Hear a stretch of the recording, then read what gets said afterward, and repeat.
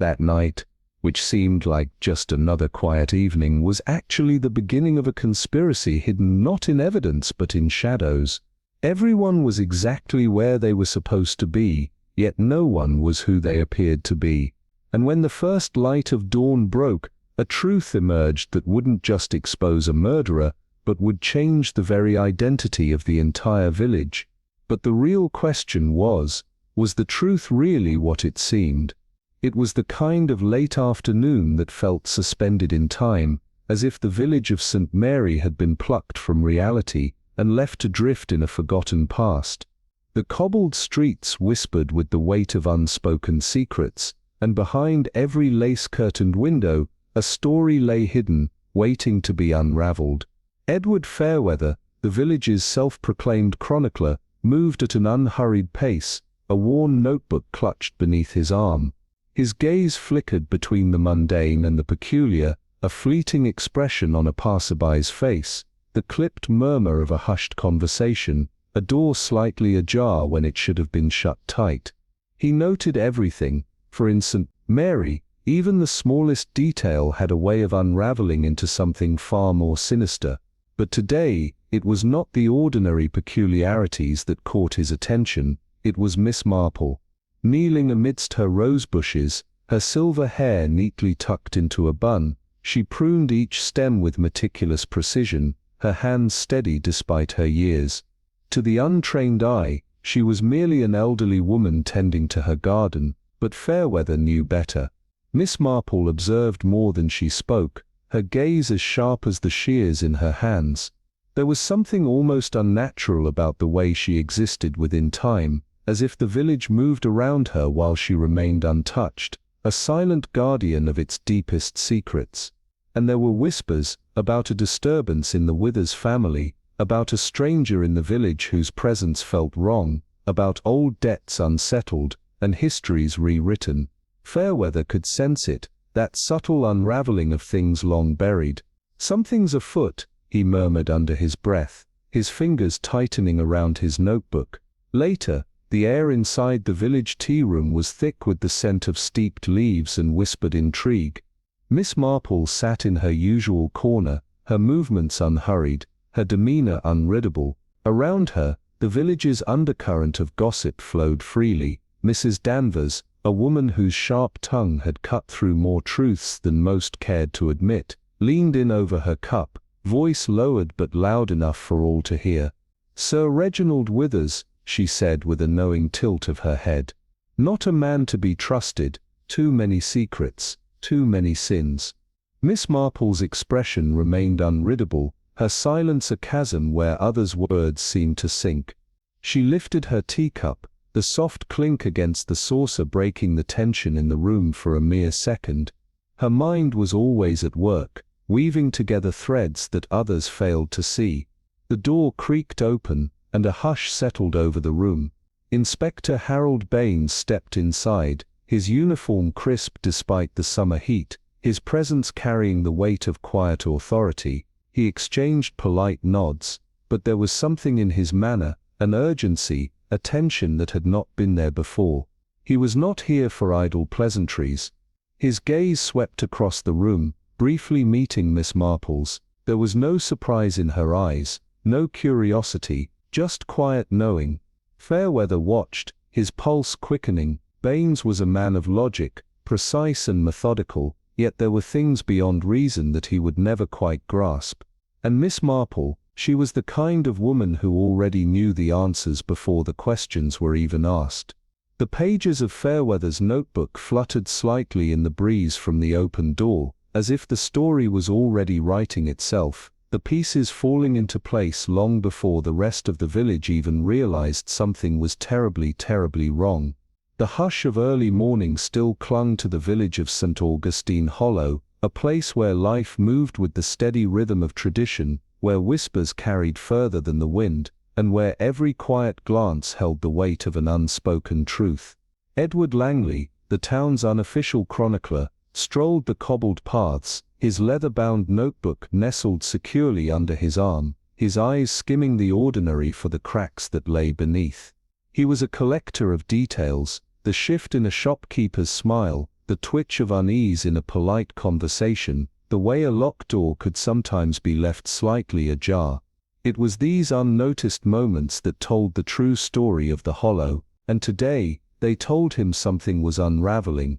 Miss Eleanor Vance knelt in her garden, tending to her roses with a patience that spoke of a mind working far beyond the simplicity of gardening. To the villagers, she was a quiet woman, reserved yet oddly ever-present, her gaze always lingering a second longer than it should. Langley knew better. She was not simply watching, she was waiting. There had been murmurs of a shadow looming over the Blackwood estate, of a man who had arrived under the cover of dusk, of letters burned before they could be read. The village was shifting, restless beneath its quaint exterior, and Langley could feel it in his bones. "Something is stirring," he muttered, scribbling a note as he passed. Later, inside the Hollow's tea house, the air was thick with the scent of bergamot and hushed speculation. Miss Vance sat in her customary corner, poised, her eyes moving unhurriedly across the room. Across from her, Mrs. Ashworth leaned in, her voice just below a whisper. "Dr. Lucian Wells," she murmured, her hands tightening around her cup. "Too precise, too calculated. His alibi, you see, it's perfect, and that's what makes it wrong." Langley's fingers twitched over his pen. Wells, the esteemed physician, had been at the ambassador's gala the night Lord Blackwood died, his whereabouts so well documented that it left no room for doubt. And yet, there it was, a whisper, an inconsistency too small to be named, too large to be ignored. Miss Vance lifted her teacup, the delicate chime of porcelain filling the air like an unseen signal. Across the room, Inspector Alistair Graves entered, his dark coat stark against the genteel decor, his presence quiet yet undeniable. He moved with the deliberate grace of a man who belonged nowhere and everywhere at once. He was not here for tea. Langley watched him closely, saw the way his eyes flicked over the patrons, how they lingered on Miss Vance for just a fraction too long before he took his seat. No words were exchanged, but an understanding passed between them. The game had begun. The scream came just before dawn, slicing through the stillness like a blade against silk. It came from the Blackwood estate, a sound raw with the horror of discovery.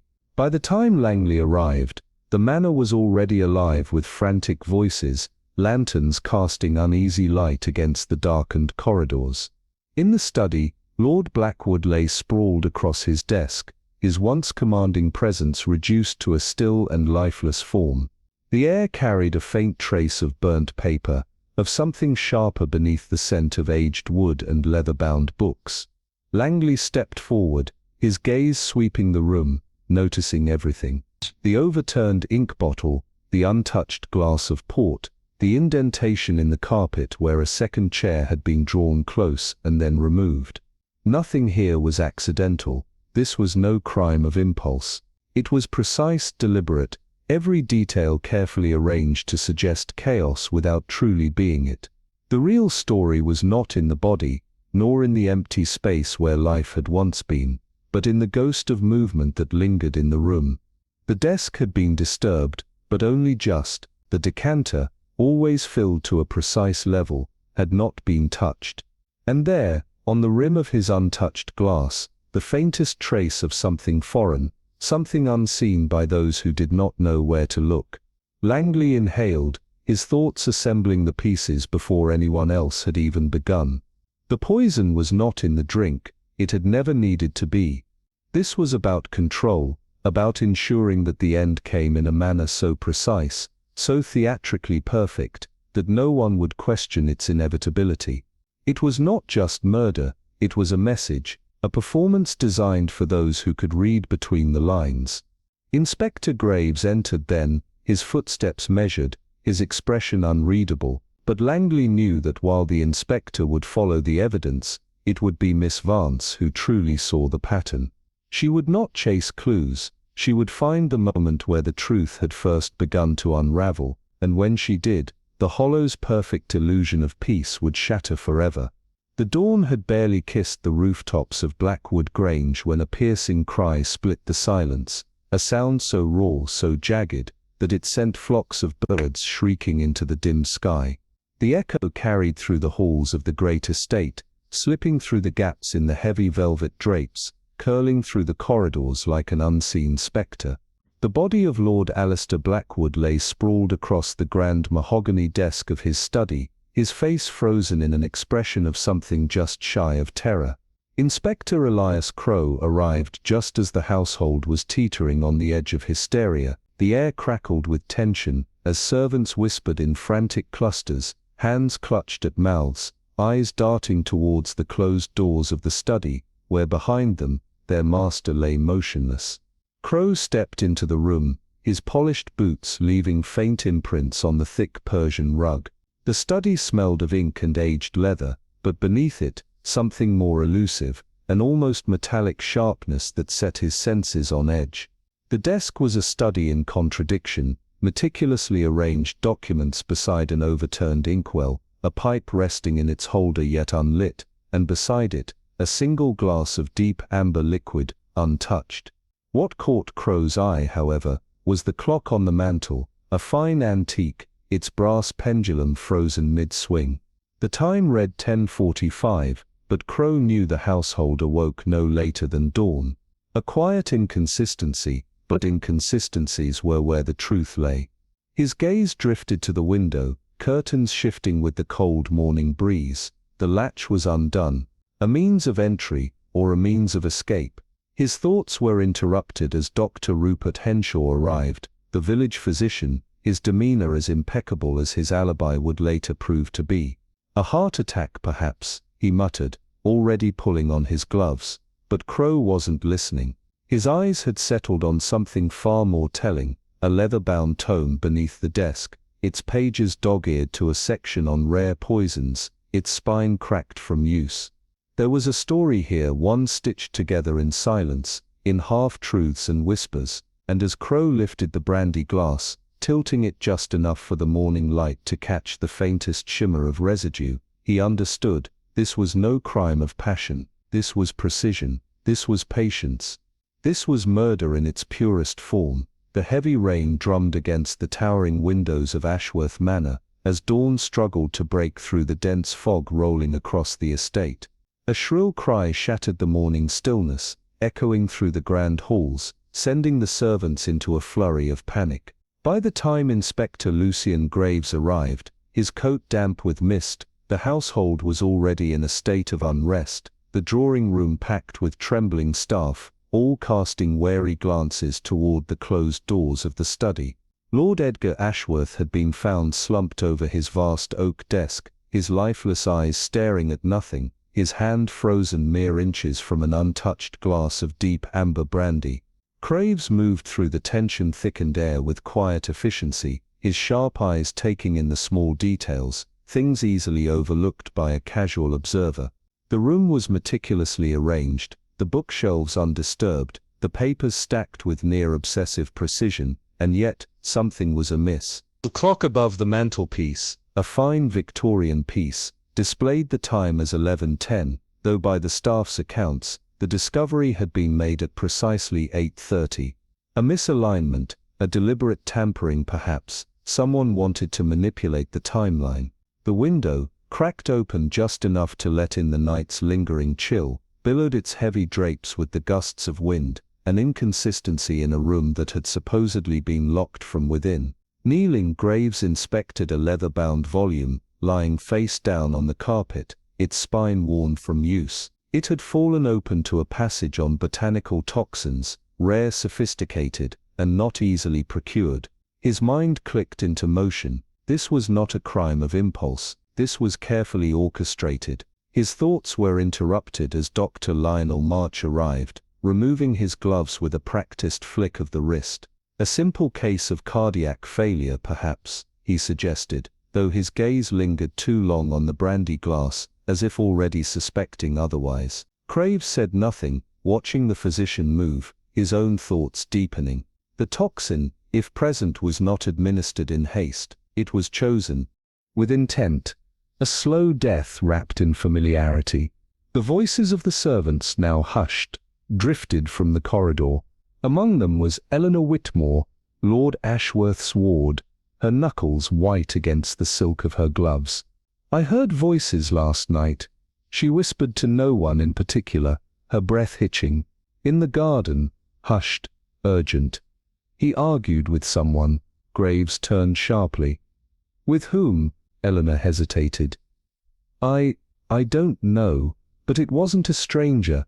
The pieces of the puzzle slid into place, yet the picture remained blurred. The glass was untouched, the poison present but undrunk. Was the brandy merely a red herring, or had the killer miscalculated? A quiet, measured step behind him pulled Graves from his thoughts. It was Victor Langley, an old acquaintance, his demeanor unreadable as he regarded the room. "You're looking at the wrong clues, Inspector," Langley murmured, his voice almost amused. This wasn't about the poison, it was about what he knew. Graves turned fully, locking eyes with the man. And what exactly did he know? Langley smiled, but said nothing, stepping back into the dim corridor. The answer, Graves realized, was waiting beyond the body, beyond the poison. The real truth was hidden in the whispers of the night, in the moments before death, somewhere between the ticking of a broken clock and the last breath of a man who had seen his own doom approaching. Inspector Alistair Greaves stood in the dimly lit parlor of Blackthorn Hall, his sharp gaze scanning the room with the precision of a man who had seen too many deaths staged as accidents. The steady drum of rain against the high windows filled the silence, a slow, methodical rhythm that matched his own deliberate movements. The body of Lord Percival Ashcombe sat slumped at his writing desk, his head tilted slightly to the side, as if he had merely dozed off in the middle of a thought. But death was never this peaceful, not when it had been carefully arranged. Greaves' eyes flicked to the untouched glass of cognac on the mantelpiece, positioned just slightly off-center, as though someone had lifted it, hesitated, and then placed it back. A minor detail, but minor details made all the difference.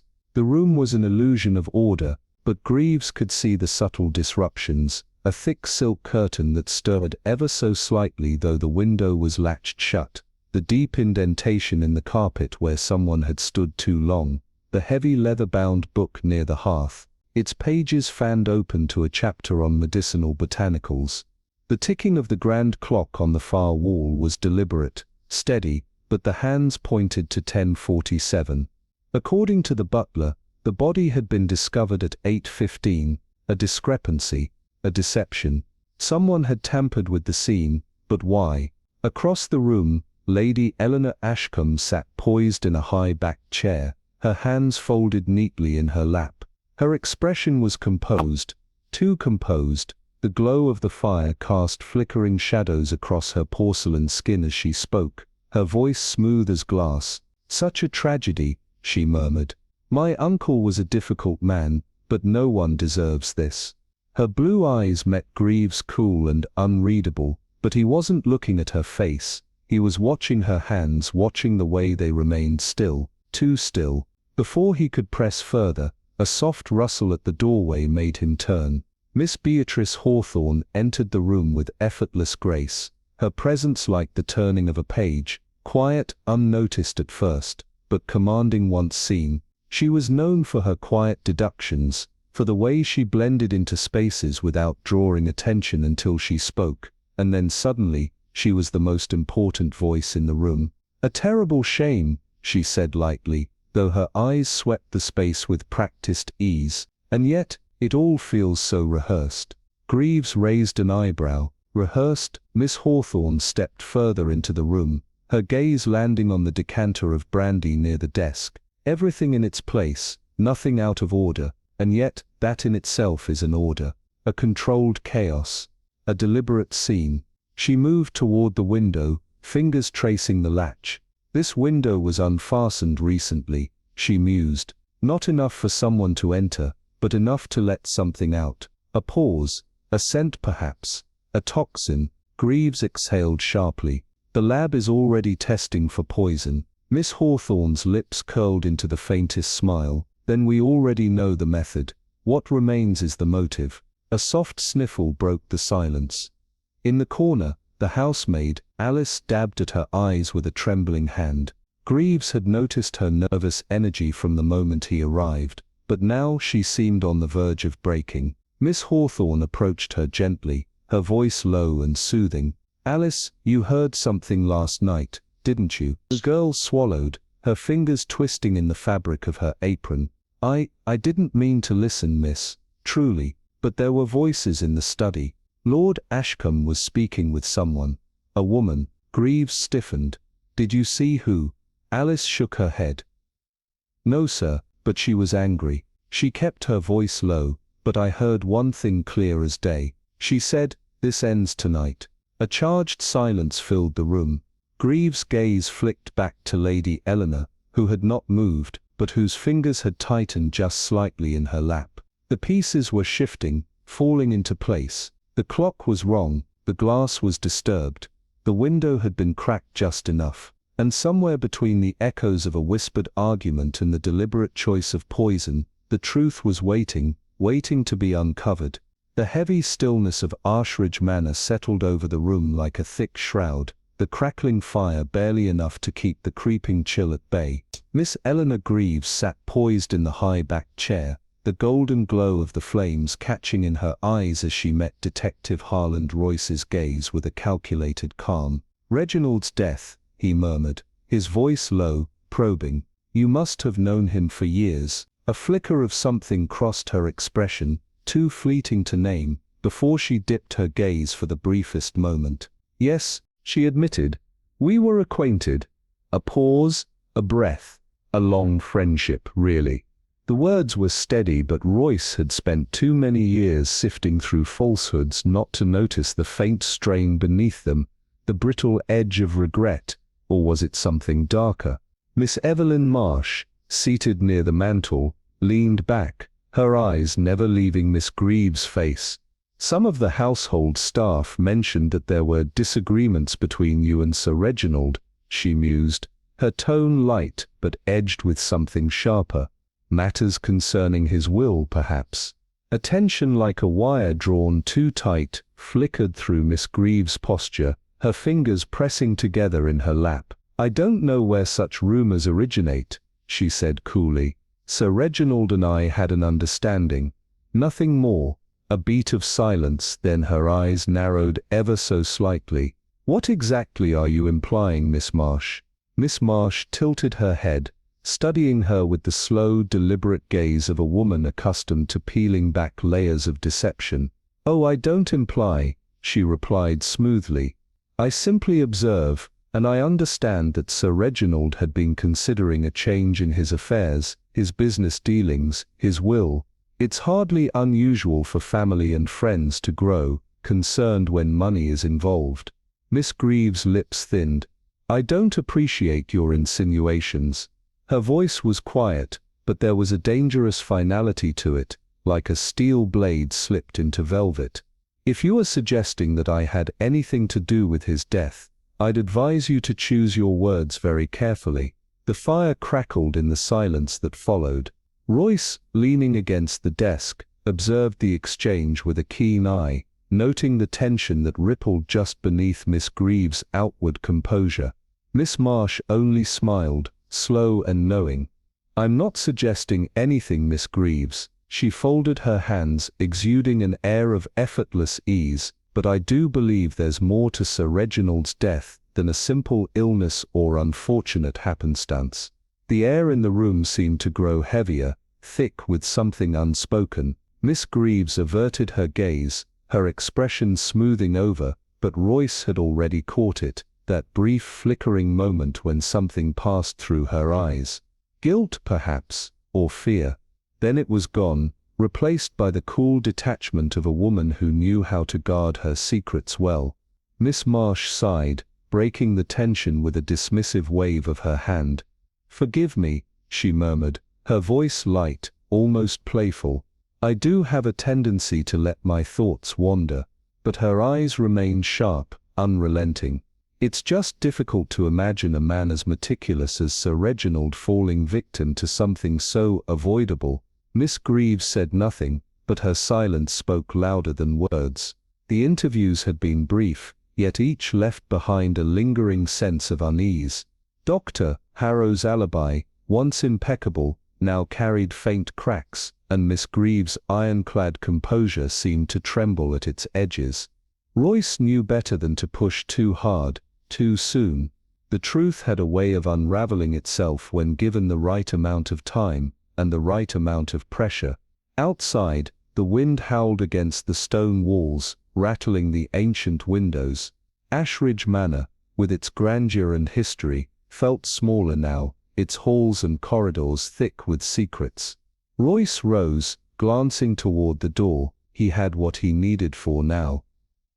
Dr. Harrow's nervous avoidance, Miss Greaves' veiled hostility, the pieces were there, scattered like breadcrumbs in the dark, waiting to be pieced together. As he stepped into the corridor, Inspector Alden Barlow met him with a tired expression. "Finished with the interviews?" he asked, rubbing a hand over his jaw. "For now," Royce murmured. His gaze drifted down the dimly lit hallway, where the shadows stretched long against the walls. Then quietly, "But don't be fooled, Inspector. The truth is often hidden in plain sight." Barlow's brow furrowed, but he said nothing. The weight of Royce's words settled between them like a held breath. There was still much to uncover, but already Royce felt the pieces shifting, the threads pulling tighter. He couldn't shake the feeling that Miss Marsh had seen something he hadn't, something crucial. As he turned to leave, his mind was already racing ahead, weaving the new information into a tapestry of deception, motive, and inevitable revelation. The game had begun in earnest, and Royce had no intention of losing. Outside, the storm thickened, pressing against the manor like an unspoken warning. There was something lurking beneath the surface of this case, something buried beneath layers of wealth and pretense.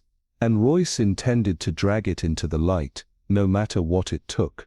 The storm outside lashed against the grand estate of Ravenshade Hall, its towering silhouette a dark spectre against the raging sky.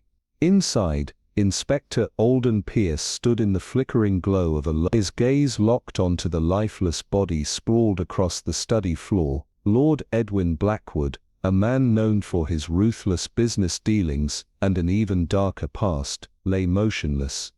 His face twisted in an expression of frozen shock, the scent of burnt parchment mingled with the lingering aroma of brandy. But there was something else, something sharper, more insidious. Poison, or was it something far more cunning?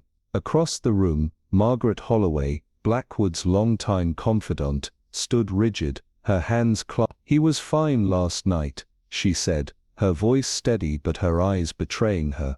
Troubled but alive, Inspector Pierce tilted his head slightly, watching the subtle tremor in her fingers. "Troubled by what?" A pause. Then barely above a whisper, she said, "A letter. It arrived late, no return address."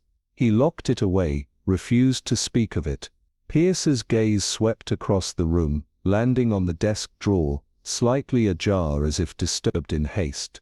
He moved closer, his fingers grazing the polished ink stains marked the edges, fresh, as though someone had tried to destroy something before they could be found. But what? The grandfather clock struck midnight, its chime reverberating through the silence. Behind him, the door creaked, and there, standing in the dim hallway, was Samuel Graves, the estate's butler, his expression unreadable, his presence almost spectral.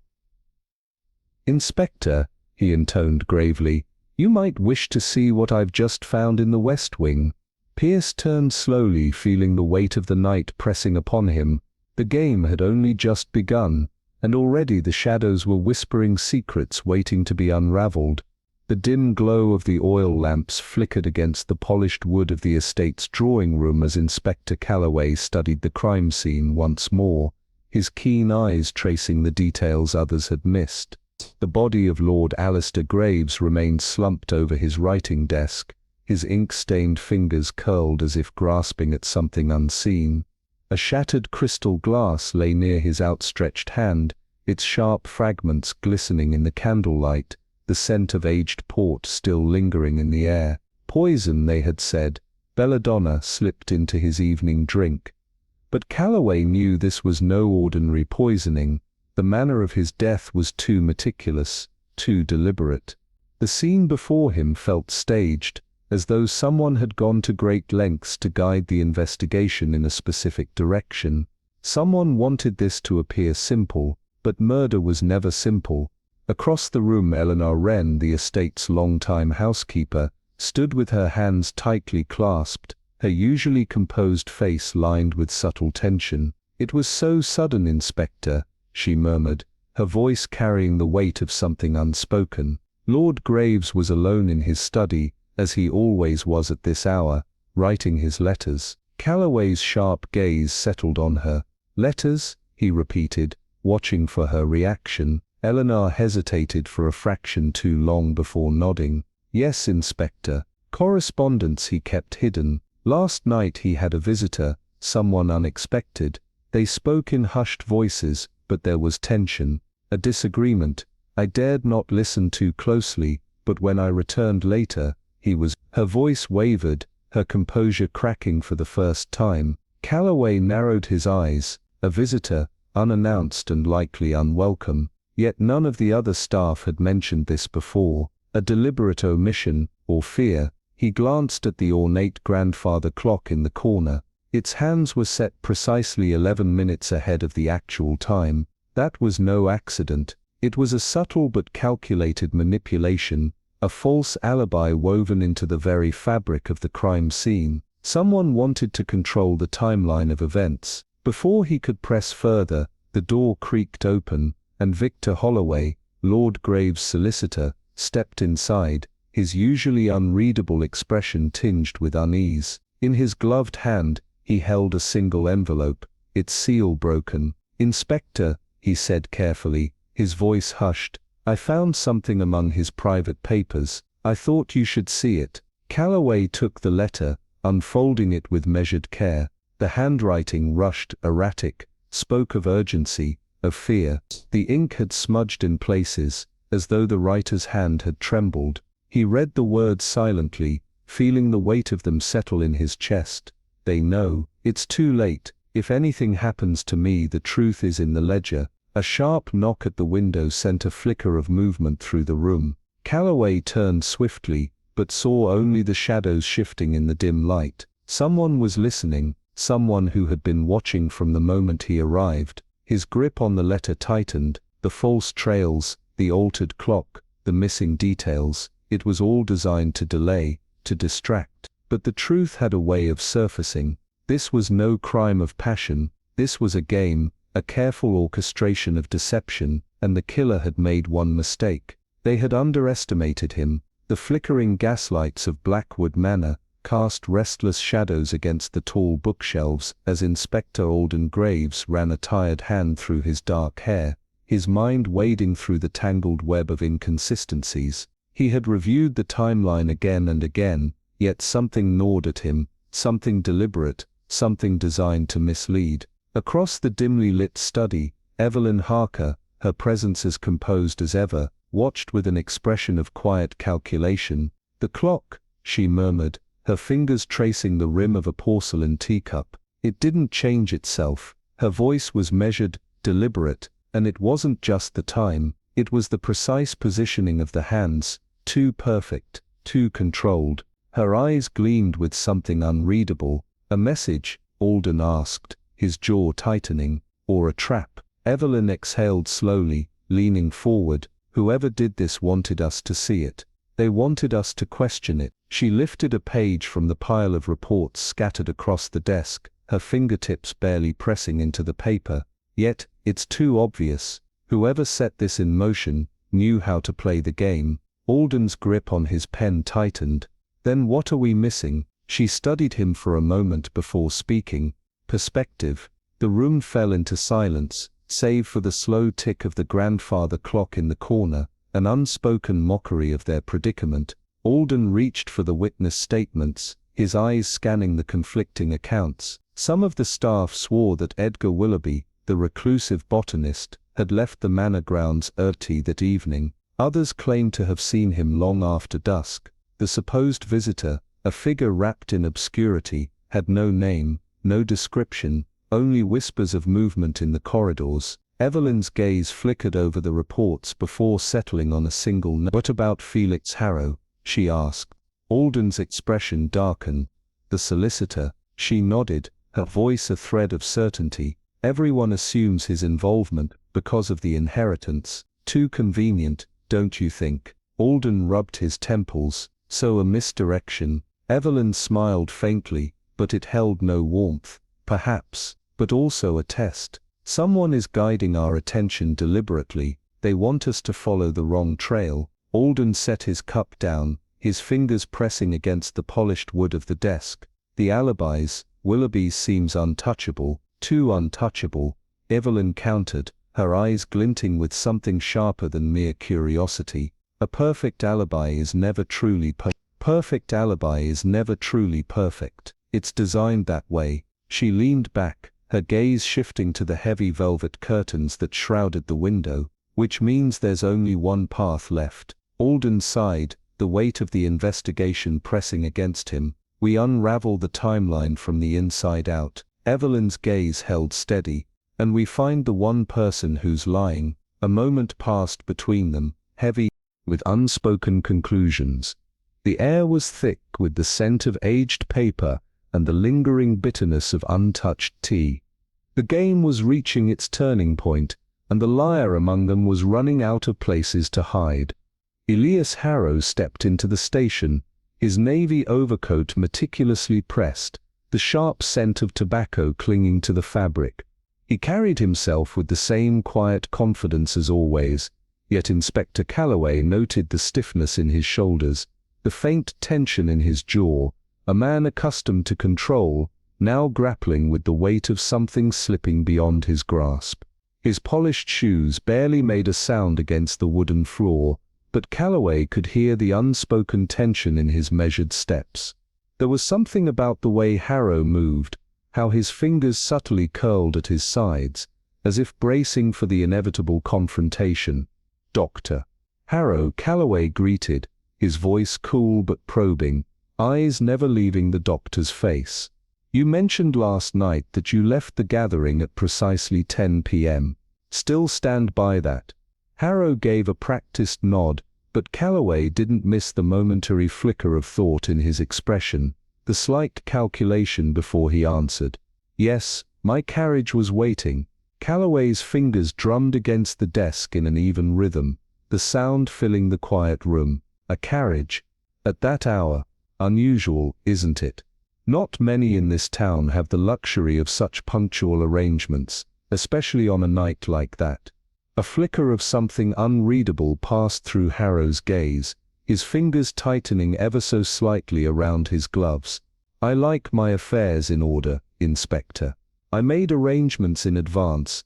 There was nothing unusual about it." His voice was smooth, but Calloway had heard enough lies in his career to recognize when a man was treading carefully, trying not to misstep. But Calloway wasn't convinced. The timeline, carefully constructed yet riddled with subtle fractures, had been nagging at him. The clock had been tampered with, a deliberate move meant to obscure the truth. Someone had wanted their presence noted, but not necessarily at the right time. There was a difference. And that difference mattered. "You're certain you were in that carriage the entire time?" Calloway pressed, tilting his head just slightly. "You never stepped out? No unexpected stops?" Harrow's lips thinned, his fingers tightening over the arms of the chair. "I went straight home, and no one saw you." A pause. A flicker of hesitation, barely perceptible, but there. Calloway let the silence stretch, forcing Harrow to fill the space himself. "It was late," Harrow admitted at last, his voice quieter this time. "Few people would have been about." A silence settled between them, thick with the unspoken. Calloway had seen it before, the slight hesitation, the carefully measured not quite a lie, but not the truth either. He had rattled Harrow, and that meant there was something there, something just beneath the surface, waiting to be unearthed. Meanwhile, across town, Evelyn Locke stepped into the dimly lit tea room, its antique charm belying the undercurrents of whispered secrets that wove through its walls. The lace curtains swayed slightly from a draught that seemed to carry the very weight of the town's whispers, and the scent of steeping tea mixed with the faint aroma of polished wood and aged books. Lydia Wrenwood was already seated at a corner table, her hands folded, her posture impeccable, the porcelain cup before her untouched. She was the picture of quiet aristocracy, poised, untouchable, a woman who moved through society like an unchallenged queen. Yet there was something almost too perfect about her composure, as if she had spent the morning rehearsing it. "Miss Wrenwood," Evelyn greeted smoothly, sliding into the chair opposite her with the kind of ease that suggested control. "A pleasure, as always." Lydia's smile was practiced, polite but devoid of warmth. "Likewise, though these days pleasure is in short supply." "Indeed," Evelyn murmured, her fingers grazing the delicate porcelain cup before her, though she made no move to drink. "You knew Mr. Blackwood well." For years Lydia confirmed, her tone, "Our families have always been close." "And yet," Evelyn said lightly, "your interactions with him of late seem, how shall I put it, distant." A subtle shift in Lydia's expression, a slight stiffening of her posture. "I beg your pardon." Evelyn met her gaze unflinchingly. "I mean no offense, Miss Wrenwood, but wealth, legacy, these things can test even the strongest bonds. And sometimes, those bonds fray." A breath, a barely perceptible tremor in Lydia's fingers as they curled around her cup. It was subtle, but Evelyn caught it. "Sir Blackwood made changes, didn't he?" she continued, her voice laced with quiet suggestion. "Changes you may not have agreed with." Lydia's jaw tightened. "We had our differences. But to suggest I would," she stopped herself, collecting her composure. Evelyn offered a small, knowing smile. "Oh, I'm suggesting nothing. But one thing is certain, Miss Wrenwood, you know more than you're saying." For the briefest moment a crack appeared in Lydia's carefully composed facade. It was the smallest thing, a flicker of emotion, a quickening of her breath, but Evelyn saw it. And she knew. She had found the opening she needed. The truth was within reach, and the game was about to turn. A heavy mist clung to the streets of Ashwick Hollow, swallowing the dim glow of the gas lamps and turning the village into a series of shifting shadows. Inspector Graves and Eleanor Winslow had chosen their meeting place carefully, an abandoned wing of the town's library, where dust thickened the air, and time itself seemed to have forgotten the shelves lined with brittle yellowed pages. Eleanor had always found solace here, among things long left behind. Secrets had a way of settling in places like this, waiting for the right eyes to uncover them.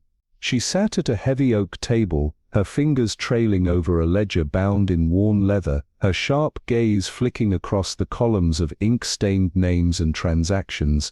Then a detail caught her eye, an order of rare botanicals, an obscure poison traced to the estate of the late Sir Oswald Blackthorne. And the buyer, Vivian Caldwell.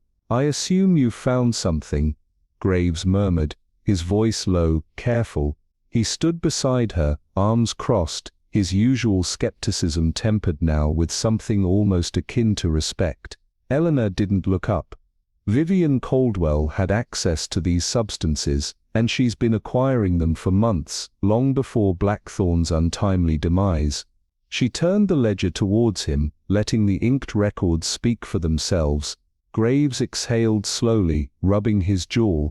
And yet she had no reason to kill him, no financial gain, no apparent grudge. Eleanor's lips curled into a knowing smile. "That's where you're mistaken, Inspector. Sometimes motives are buried beneath years of silence, and sometimes the most dangerous secrets are the ones we pretend don't exist."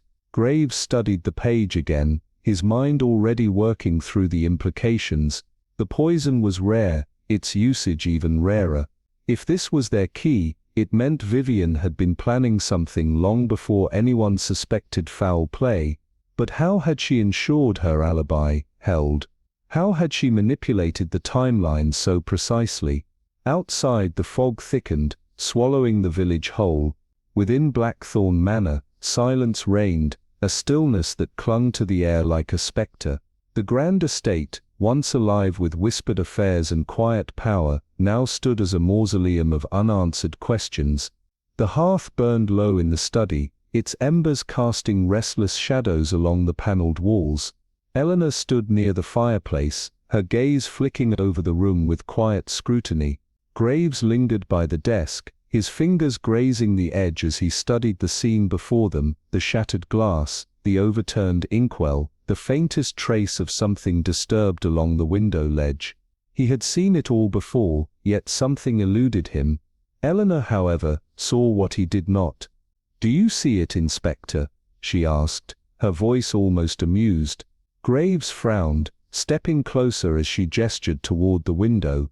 The faintest smear marked the otherwise pristine surface, a detail so small it might have been missed entirely. "Someone was here," Eleanor murmured, eyes narrowing. "And it wasn't Blackthorn." Graves bent forward, studying the mark. "The height is wrong." "Exactly," Eleanor said. "He never leaned against this sill. But someone else did, someone who knew their way around this room. Someone who had time to make sure everything appeared untouched." Graves straightened, his expression darkening. "That means the timeline we've been working with. It's wrong. Someone manipulated it." Eleanor's gaze swept toward the door, where the lock bore the subtlest signs of tampering. A skilled hand had worked it, careful and deliberate, leaving almost nothing behind. "Almost. This wasn't a crime of passion, Inspector," she said quietly.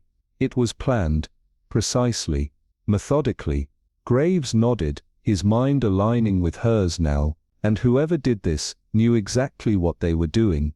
The manor groaned softly as the wind pressed against its aging walls. Outside, the village remained cloaked in fog, its secrets shifting just beyond reach.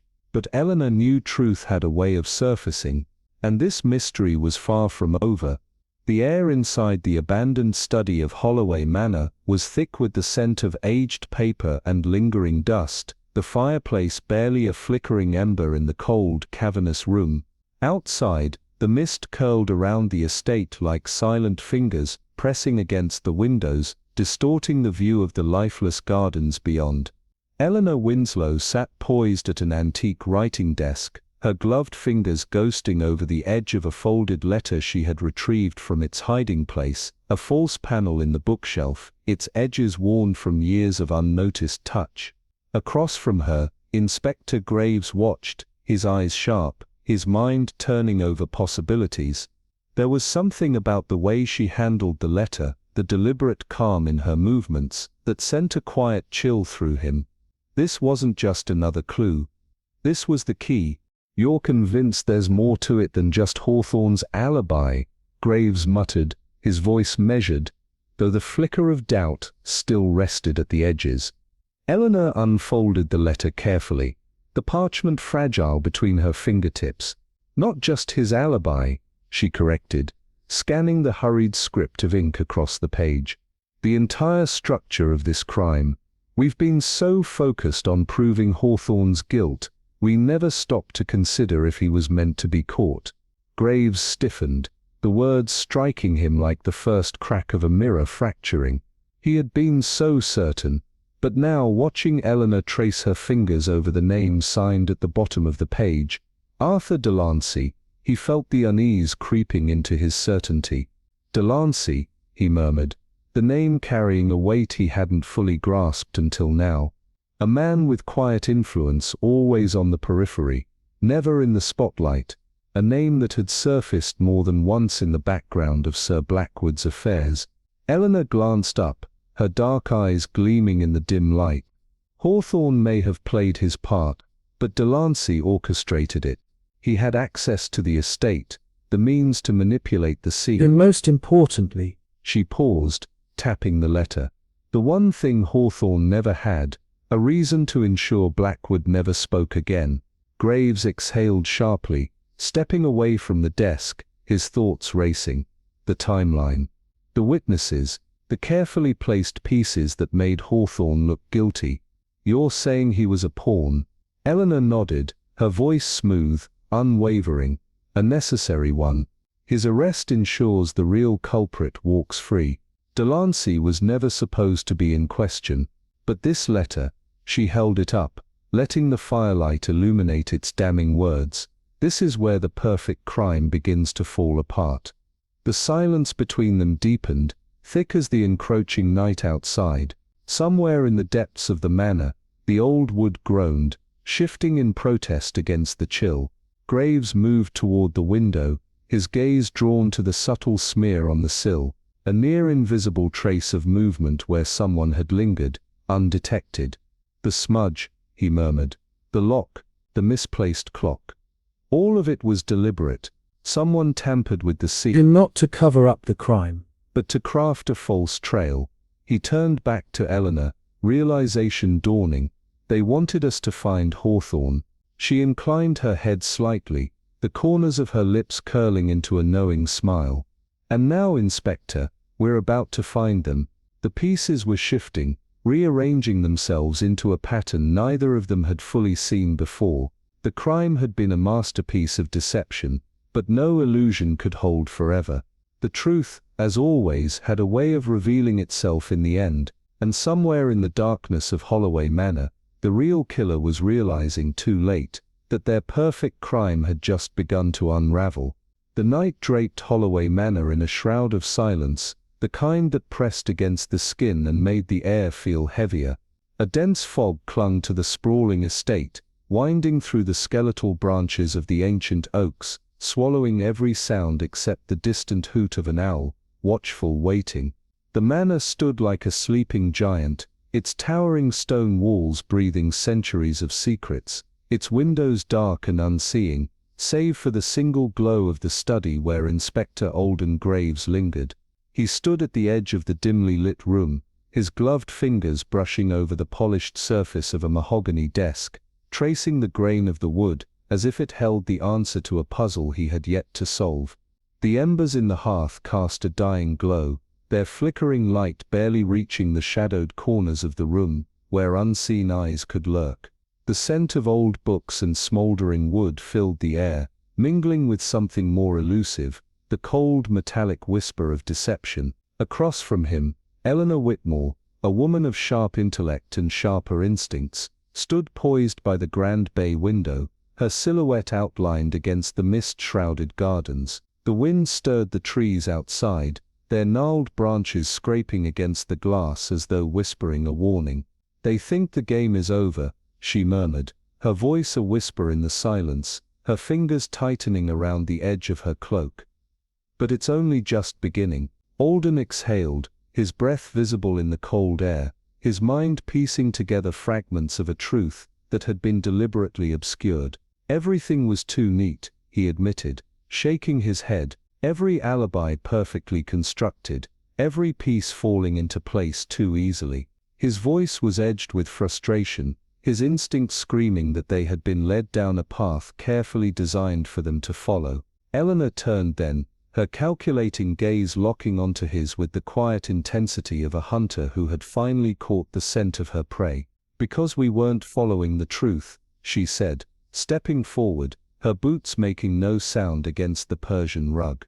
"We were following the story they wanted us to see." She reached for a worn leather-bound book on the nearest shelf, her fingers hesitating over the spine before pulling it free. The weight of it felt wrong, heavier than expected, as if something had been concealed within. As she opened it, a single sheet of parchment fluttered to the floor, caught in the faint draft from the chimney. Alden bent to pick it up, his pulse quickening, as his eyes scanned the hurried scrawl. A contract, a secret arrangement, a desperate bargain made in the dark, and at the bottom, a signature, one that should not have been there. His grip on the paper tightened. "Sebastian Aldridge," he read aloud, the name tasting of betrayal, the late Lord's closest advisor, the man who swore he had nothing to gain from Holloway's death. Eleanor's lips curved into something between a smirk and a sigh, the satisfaction of confirmation laced with the weight of inevitability. "The one who had everything to gain," she corrected softly. The fire crackled, sending shadows leaping across the room, distorting the portraits that lined the walls, their painted eyes seeming to watch. And then a sound, a whisper barely audible, just beyond the threshold. A presence lurking, listening. Alden's head snapped up, his body tensing, every nerve alert. They weren't alone. The realization settled over him like a sheet of ice. The air in the study thickened, pressing against them like an unseen force. Eleanor's posture stiffened, her hand drifting toward the small pistol concealed beneath her cloak, her every movement slow and deliberate. "They know," she murmured. "They know we're onto them." Alden moved quickly, crossing to the study door and pressing his ear against the heavy wood. Silence, and then a second whisper, this time closer, a faint breath against the stillness. Someone waiting. The pieces fell into place, like a chilling realization clawing its way into his mind. The perfect crime was never about covering up the evidence. It was about misdirecting those searching for it. They had followed the clues, but the clues had been placed there for them to find, breadcrumbs leading them deeper into the illusion. And now the illusion was breaking. He turned to Eleanor, his voice low, urgent. It wasn't just about money. It wasn't just about power. This was personal. Her expression sharpened, the final layer of the mystery unraveling before her eyes. And now they have to silence us before we unravel the rest. Outside, the wind howled through the trees, the mist curling through the gardens like a living thing. Inside, the fire flickered, and the unseen presence beyond the door remained, waiting for them to make their next move. The first light of dawn struggled against the dense fog that blanketed Renford Hollow, swallowing the narrow lanes and ivy-covered stone walls in its ghostly grip. The village was hushed, unnaturally so, as if the weight of unspoken truths pressed against every closed door and shuttered window. Inside the dimly lit study of the Renford Constabulary, Inspector Alistair Graves sat hunched over his desk, his fingers curled around the edges of a worn yellowing document, the final piece of a puzzle that had taken far too long to assemble. Across from him, Eleanor Sterling, sharp-eyed and eerily composed, studied his expression with the patience of a predator that had finally cornered its prey. The faint crackle of the oil lamp between them cast restless shadows on the wooden walls, the only movement in the stifling room. "So, it was her," Graves murmured, his voice edged with reluctant certainty. "Victoria Ellsworth orchestrated it all." Eleanor exhaled, her gaze drifting momentarily toward the frost-laced window. "Yes," she said quietly, but she was not alone. A pause. The weight of those words settled heavily between them. Graves clenched his jaw, his thoughts reeling through the weeks of deception that had led them here. Victoria Ellsworth, the grieving widow, the poised socialite, the woman whose delicate hands had penned the very letters that misled them all. She had woven a story so intricate, so meticulously constructed, that even the most seasoned investigators had played their part exactly as she had intended. But now the threads of her illusion were unraveling. "She made a mistake," Graves muttered, his fingers tightening around the paper. "Even the cleverest do." Eleanor's lips curved, though there was no amusement in her expression. "Her biggest mistake," she said, "was believing she had accounted for everything, but there's always one element beyond control, human instinct." Graves exhaled sharply, shaking his head. "And yet she almost got away with it." Almost. Eleanor's eyes darkened, because she had help.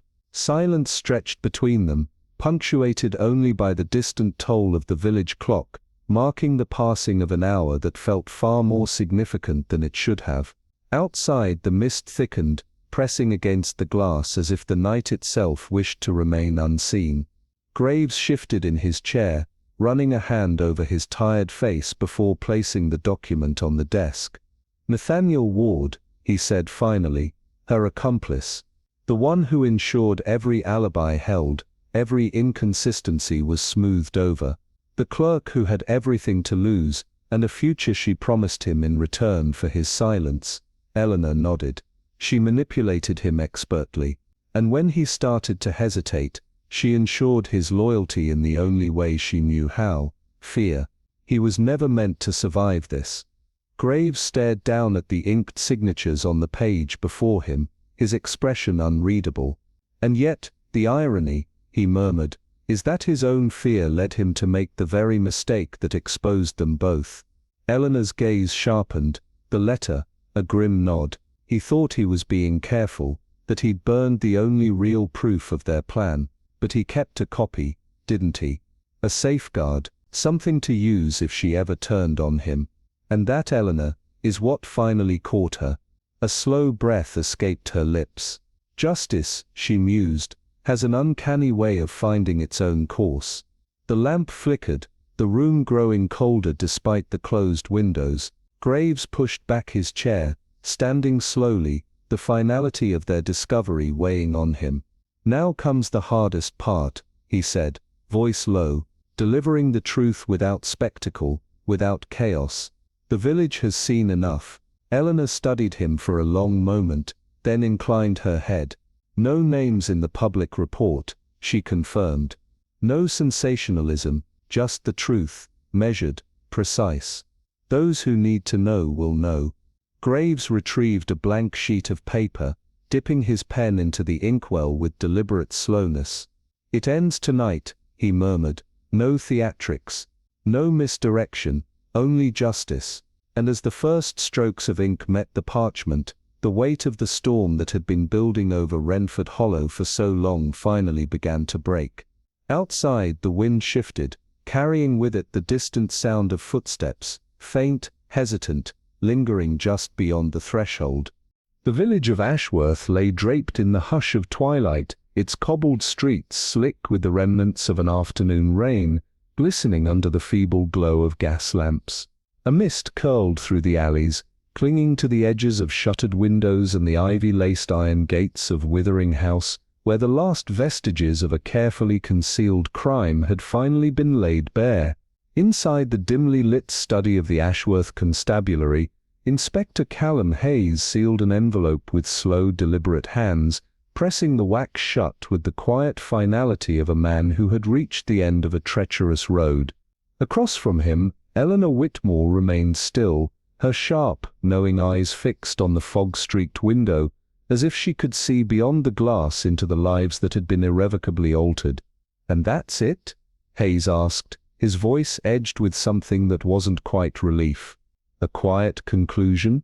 Eleanor exhaled softly, folding her gloved hands before her. "Justice has been served," she murmured. "But that's not the same as an ending, is it?" Hayes frowned, his fingers twitching against the envelope. "No, I suppose it isn't." The case had been a tangled mess of deceit and whispered half-truths, a puzzle designed to mislead, to hide its sharpest edges beneath layers of calculated misdirection. But in the end, even the most intricate lies had a breaking point. Victoria Harrow, the poised, grieving widow, whose sorrow had been as carefully curated as the stories she spun, had orchestrated a crime so seamless that for a time it had seemed untouchable, until now. "She underestimated you," Hayes mused, glancing at Eleanor. "She underestimated human nature," she corrected, her voice steady. "People always do."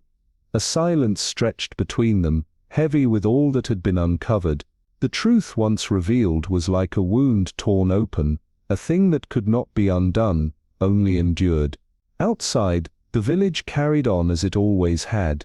The bakery closed its doors with a soft clang of iron, the last of its warm bread scents fading into the damp evening air. At the corner inn, low murmurs drifted from behind frosted panes, where villagers gathered, their conversations laced with the unspoken. They all knew, though none would dare to say it outright. Not yet. The revelation was too fresh, too delicate a wound to be prodded. At Withering House, a single candle burned in the upstairs window, its feeble flicker barely visible through the mist. Hayes followed Eleanor's gaze toward it, his jaw tightening. "She won't fight it," he said, almost to himself. "No," Eleanor agreed. "She's already surrendered in her own way." But surrender was never simple. Even those who had orchestrated their own downfall could still lash out in desperation. Even the guilty, when faced with the inevitable, could make one last reckless move. "She'll try to rewrite the story," Hayes murmured. "They always do." "Yes," Eleanor said, her voice almost distant. "But the truth is a persistent thing. It lingers." Hayes let out a slow breath, the weight of the evening settling into his bones. The reports had been written, the facts arranged in their proper order, concise, devoid of embellishment. The village would not be shaken by scandal, no names would be whispered too loudly. The truth would exist in ink and memory, but not in spectacle. That had always been the way of Ashworth. Secrets, once uncovered, were never truly erased. Only folded into the quiet fabric of the town, buried beneath its endless routine. Outside, the mist thickened, swallowing the sound of retreating footsteps. Eleanor shifted, reaching for her coat. "You've done your part, Inspector," she said lightly. "Now the village must do theirs." Hayes didn't respond immediately, watching as she moved toward the door, her silhouette a whisper against the dim lantern glow. She was already thinking ahead, on to the next unsolved riddle, the next buried secret. That was the difference between them. She understood the weight of stories, of their inevitable repetition. Hayes, though, still carried the ghosts of this one. As Eleanor stepped into the night, Hayes remained at his desk, his fingers lingering over the now sealed envelope. The case was closed, the truth had been revealed. But the silence that followed wasn't peace, it was the quiet that came when a storm had passed, and the world was left to make sense of what remained. And in the stillness, the village of Ashworth waited, bracing for what would come next.